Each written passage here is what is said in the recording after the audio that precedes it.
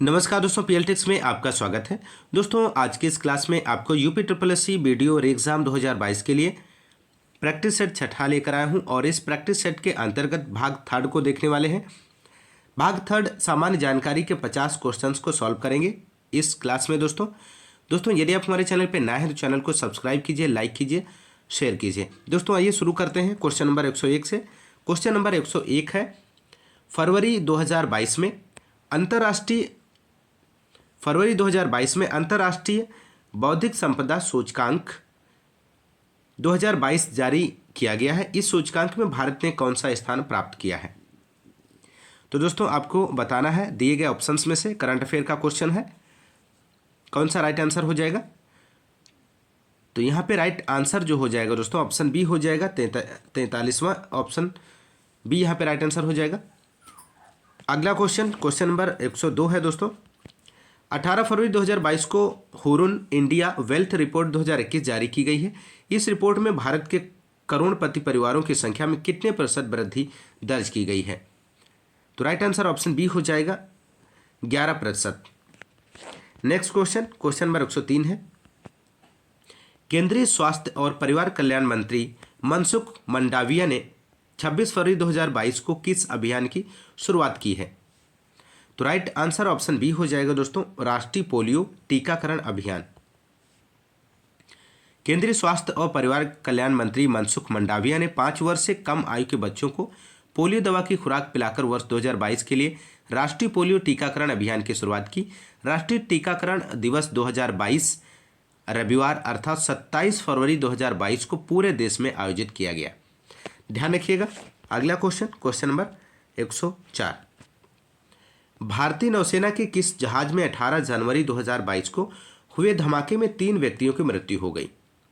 तो right answer यहां पे ऑप्शन बी हो जाएगा, INS Ranbir. Option B right answer हो जाएगा। अगला क्वेश्चन नंबर 105 है दोस्तों। राष्ट्रीय बाघ संरक्षण प्राधिकरण NTCA की 5 जनवरी 2022 को हुई 19वीं बैठक में कितने टाइगर रिजर्व को CATS के अंतर्गत मान्यता दी गई है? तो केंद्रीय पर्यावरण वन एवं जलवायु मंत्री भूपेंद्र की अध्यक्षता में राष्ट्रीय बाघ संरक्षण प्राधिकरण की 19वीं बैठक में देश के 14 टाइगर रिजर्व को CATS के अंतर्गत मान्यता दी गई है। ऑप्शन डी यहाँ पे राइट आंसर हो जाएगा। Next question number 106। प्रधानमंत्री नरेंद्र मोदी ने किस स्थान पर ठोस अवशिष्ट आधारित गोवर्धन संयंत्र का 19 फरवरी 2022 को उद्घाटन किया है? तो राइट आंसर ऑप्शन ए हो जाएगा, Indore Madhya Pradesh. Next question number 107 है। केंद्रीय सड़क परिवहन एवं राजमार्ग मंत्री नितिन गडकरी ने विजयवाड़ा आंध्र प्रदेश में कितनी राष्ट्रीय राजमार्ग परियोजनाओं का उद्घाटन और शिलान्यास 17 फरवरी 2022 को किया है? तो यहाँ पे राइट आंसर हो जाएगा ऑप्शन डी, 51। यहाँ पे सही जवाब हो जाएगा। अगला क्वेश्चन नंबर 108 है। केंद्र सरकार ने राष्ट्रीय साधन सह मेधा छात्रवृत्ति को कितनी अवधि तक जारी रखने को फरवरी 2022 में मंजूरी प्रदान की है? तो ऑप्शन सी यहाँ पे राइट आंसर हो जाएगा, 5 वर्ष। नेक्स्ट क्वेश्चन नंबर 109 है। भारतीय संगीत का उद्गम निम्नलिखित वैदिक संहिताओं में से किसमें से खोजा जा सकता है? तो यहाँ पे इस क्वेश्चन का दोस्तों राइट आंसर हो जाएगा option B, Samaveda. Next question number 110। Upanishad शब्द का शाब्दिक रूप से क्या अर्थ होता है? तो उपनिषद शब्द का शाब्दिक अर्थ समीप बैठना होता है, अर्थात ब्रह्मा विद्या को प्राप्त करने के लिए गुरु के समीप बैठना। तो ऑप्शन सी यहाँ पे राइट आंसर हो जाएगा, समीप बैठना। Next question number 111। किसके शासनकाल में सर्वाधिक मंगोल आक्रमण हुए? तो ऑप्शन बी यहाँ पे राइट आंसर हो जाएगा, अलाउद्दीन खिलजी।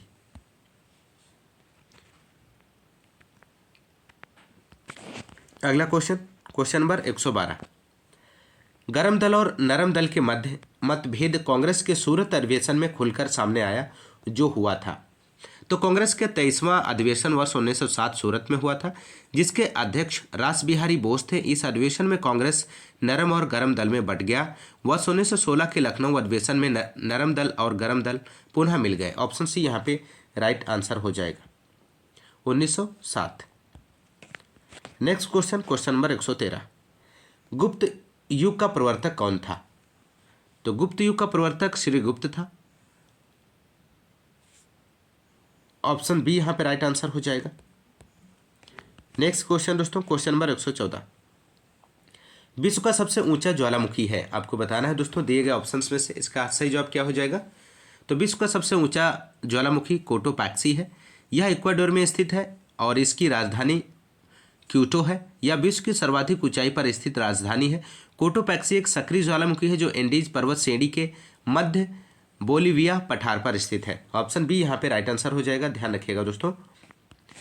अगला क्वेश्चन, क्वेश्चन नंबर 115। संयुक्त राज्य अमेरिका की राजधानी के समीप कौन सी नदी बहती है? तो संयुक्त राज्य अमेरिका की राजधानी वाशिंगटन डीसी पोटोमेक नदी के किनारे स्थित है, जो 1800 से वर्तमान तक लगातार अमेरिका की राजधानी रही। Congress library, supreme court building, white house, pentagon इसके विशेष चिन्ह है। ध्यान रखिएगा, ऑप्शन डी यहाँ पे राइट आंसर हो जाएगा। Next question, question number 116। Mumbai high किससे संबंधित है? तो बॉम्बे हाई को मुंबई हाई के नाम से भी जाना जाता है। यह मुंबई समुद्र तट से लगभग 75 मीटर की ऊंचाई पर स्थित एक तेल क्षेत्र है, जो समुद्र से 162 किलोमीटर की दूरी पर है। भारतीय तेल और प्राकृतिक गैस निगम ONGC द्वारा इसका संचालन किया जाता है। ऑप्शन बी यहाँ पे राइट आंसर हो जाएगा। Question number 117। पारिस्थितिक प्रणाली क्या होती है? तो राइट आंसर ऑप्शन ए हो जाएगा, जैव प्रणाली। जैव प्रणाली एक पारिस्थितिक प्रणाली है। पारिस्थितिक तंत्र में समस्त जीव, जीवित जीव अजीवित तत्वों से पारस्परिक क्रिया करते हैं, जिससे पदार्थ का आदान प्रदान होता है। अगला क्वेश्चन, क्वेश्चन नंबर 118 है दोस्तों। भारत को एक गणराज्य मुख्य रूप से इसलिए माना जाता है क्योंकि राष्ट्राध्यक्ष का चुनाव होता है। ऑप्शन ए यहाँ पे राइट आंसर हो जाएगा। Next question, question number 119। भारतीय संविधान का अनुच्छेद 14 भारतीय नागरिकों को गारंटी देता है। तो राइट आंसर हो जाएगा दोस्तों यहाँ पे ऑप्शन डी, कानून के समक्ष समानता और सुरक्षा की। अनुच्छेद 14 विधिक समानता, भारत राज्य क्षेत्र के भीतर किसी भी व्यक्ति को विधि के समक्ष समता से या विधियों के समान संरक्षण से वंचित नहीं करेगा। अनुच्छेद 14 में सामान्य कथन है, किंतु इसका दर्शन व्यापक है। अनुच्छेद 15, 16, 17, 18 में इसी का विस्तार किया गया है दोस्तों, ध्यान रखिएगा। अगला क्वेश्चन, क्वेश्चन नंबर 120। संसद की निम्नलिखित स्थायी समितियों में से किसमें राजभाषा का कोई संसद नहीं है? तो राइट आंसर हो जाएगा दोस्तों यहाँ पे ऑप्शन बी, आकलन समिति। आकलन या प्राक्कलन समिति में लोकसभा के 30 सदस्य होते हैं, ध्यान रखिएगा 30 सदस्य होते हैं। इनमें राज्यसभा के सदस्यों को शामिल नहीं किया जाता है। प्राक्कलन समिति की जुड़वा बहन के रूप में ज्ञात लोक लेखा समिति में 22 सदस्य होते हैं, जिसमें 15 सदस्य लोकसभा द्वारा, 7 सदस्य राज्यसभा द्वारा 1 वर्ष के लिए निर्वाचित किए जाते हैं। यह लोकसभा की समिति है, तो ध्यान रखिएगा दोस्तों। अगला क्वेश्चन, क्वेश्चन नंबर 121। निम्नलिखित में से कौन सा एक नीति निर्देशक तत्व है? तो राइट आंसर यहाँ पे ऑप्शन ए हो जाएगा, समान आचार संहिता। अनुच्छेद 44 के अनुसार राज्य भारत के समस्त राज्य क्षेत्र में नागरिकों के लिए एक समान आचार संहिता प्राप्त करने का प्रयास करेगा। यह राज्य का नीति निर्देशक तत्व है। प्रेस की स्वतंत्रता को अनुच्छेद 19 के अंतर्गत, धर्म की स्वतंत्रता को अनुच्छेद 25 के अंतर्गत दिया गया है। अनुच्छेद 14 विधि के समक्ष समता को प्रदर्शित करता है, ध्यान रखिएगा। अगला क्वेश्चन, क्वेश्चन नंबर 122। उत्पादन लागत पर सकल घरेलू उत्पाद GDP होता है। तो GDP अप्रत्यक्ष कर घटाकर और इमदाद जोड़कर उत्पादन लागत पर सकल घरेलू उत्पाद होता है। तो यहाँ पे राइट आंसर ऑप्शन बी हो जाएगा, GDP में से मूल्यह्रास भत्ते घटाकर।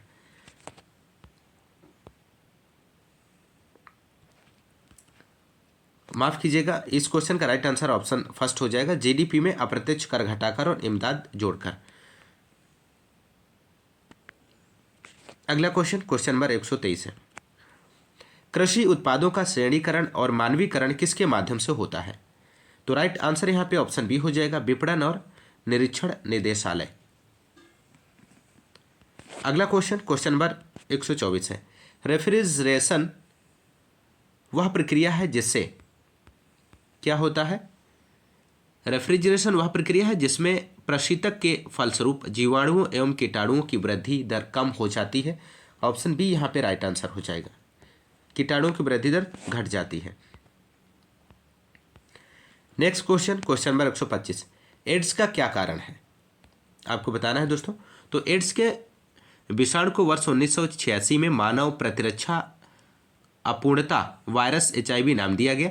इस विषाणुओं को केवल इलेक्ट्रॉन सूक्ष्मदर्शी की सहायता से ही देखा जा सकता है। विषाणुओं के अध्ययन को विषाणु विज्ञान वायरोलॉजी कहा जाता है। ध्यान रखिएगा, ऑप्शन बी राइट आंसर है।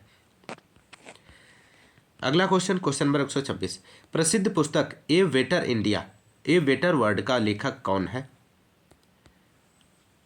तो प्रसिद्ध पुस्तक a better India a better world के लेखक NR नारायण मूर्ति हैं। ऑप्शन सी राइट आंसर हो जाएगा, NR नारायण मूर्ति। अगला क्वेश्चन नंबर 127, खिलाड़ियों को रणजी ट्रॉफी किस खेल में दी जाती है? तो क्रिकेट खेल के खिलाड़ियों को रणजी ट्रॉफी दी जाती है। ऑप्शन सी राइट आंसर हो जाएगा। क्वेश्चन नंबर 128, राष्ट्रीय विज्ञान दिवस कब मनाया जाता है? National science day. तो राइट आंसर ऑप्शन बी हो जाएगा, 28 फरवरी। अगला क्वेश्चन नंबर 129, राष्ट्रपति की क्षमा करने की शक्ति एक है, किस प्रकार की है? तो राष्ट्रपति की क्षमा की शक्ति एक न्यायिक शक्ति है। ऑप्शन बी राइट आंसर हो जाएगा। नेक्स्ट क्वेश्चन नंबर 130, निम्नलिखित के द्वारा सिक्किम एक नया राज्य बना, कब बना? अब किस संशोधन के अंतर्गत बना? तो राइट आंसर ऑप्शन डी हो जाएगा, संविधान के 36वें संशोधन द्वारा। 36वां संविधान संशोधन अधिनियम 1975 सिक्किम को भारतीय संघ का पूर्ण सदस्य बनाने और संविधान की प्रथम अनुसूची में शामिल करने और सिक्किम को राज्यसभा और लोकसभा में एक एक स्थान देने के लिए पारित किया गया है। ध्यान रखिएगा, महत्वपूर्ण प्रश्न है।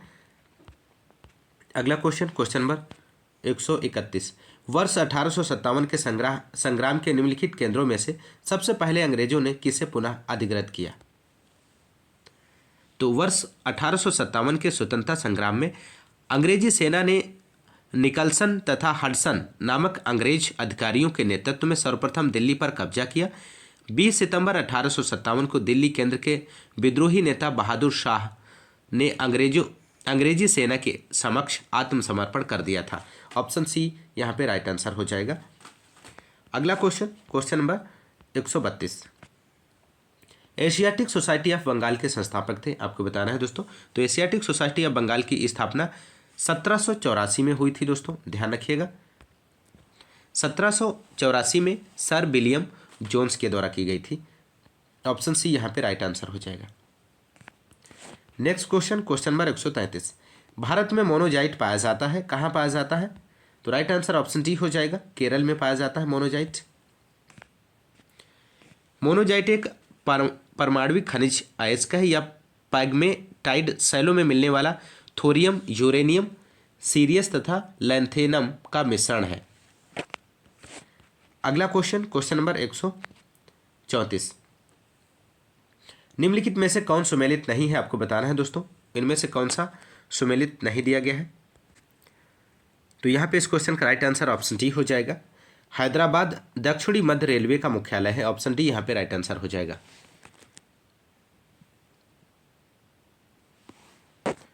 अगला क्वेश्चन नंबर 135, निम्नलिखित में से कौन सा सूर्य का निकटतम ग्रह है, आपको बताना है दोस्तों। तो बुध सूर्य का सबसे निकटतम ग्रह है। सूर्य के सर्वाधिक नजदीक होने के कारण इसका दैनिक तापांतर सर्वाधिक है। यह सूर्य के सबसे कम समय 88 दिन में परिक्रमा पूरी करता है। ध्यान रखिएगा, ऑप्शन ए यहाँ पे राइट आंसर हो जाएगा। क्वेश्चन नंबर 136, दक्षिणी पूर्वी एशिया का सबसे बड़ा खनिज तेल उत्पादक देश है, आपको बताना है दोस्तों। तो राइट आंसर ऑप्शन बी हो जाएगा, इंडोनेशिया। अगला क्वेश्चन नंबर 137, सूची फर्स्ट को सूची सेकंड से सुमेलित कीजिए तथा सूचियों के नीचे दिए गए कूटों का प्रयोग करते हुए सही उत्तर का चयन कीजिए। सूची फर्स्ट में रोग दिए गए हैं, सूची सेकंड में कारक। तो आपको बताना है दोस्तों।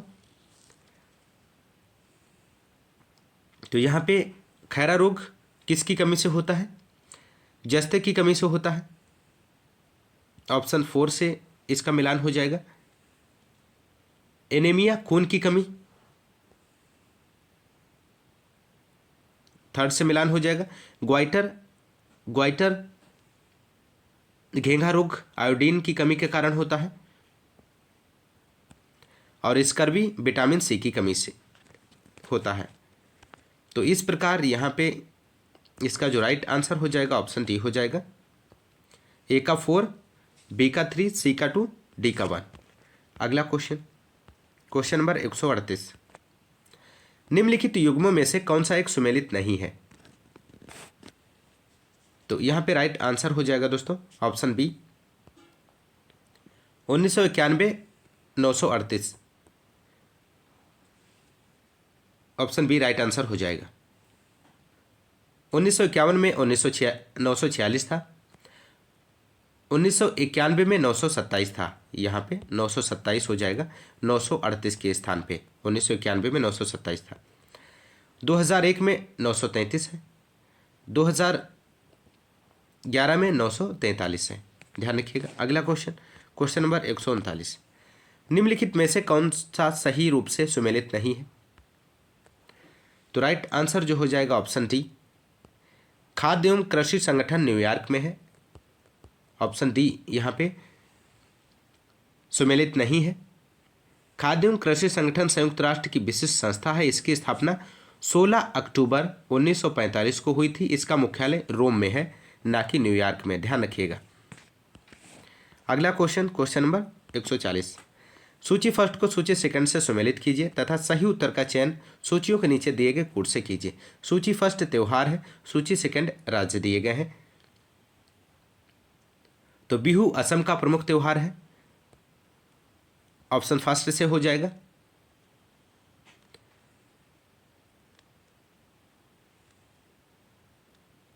अगला ओणम कहां से हो जाएगा? ओणम केरल का है। पोंगल तमिलनाडु और बैसाखी पंजाब।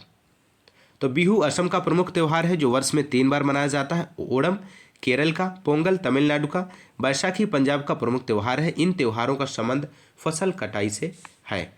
दोस्तों यहाँ पे ऑप्शन ए राइट आंसर हो जाएगा। अगला क्वेश्चन नंबर 141।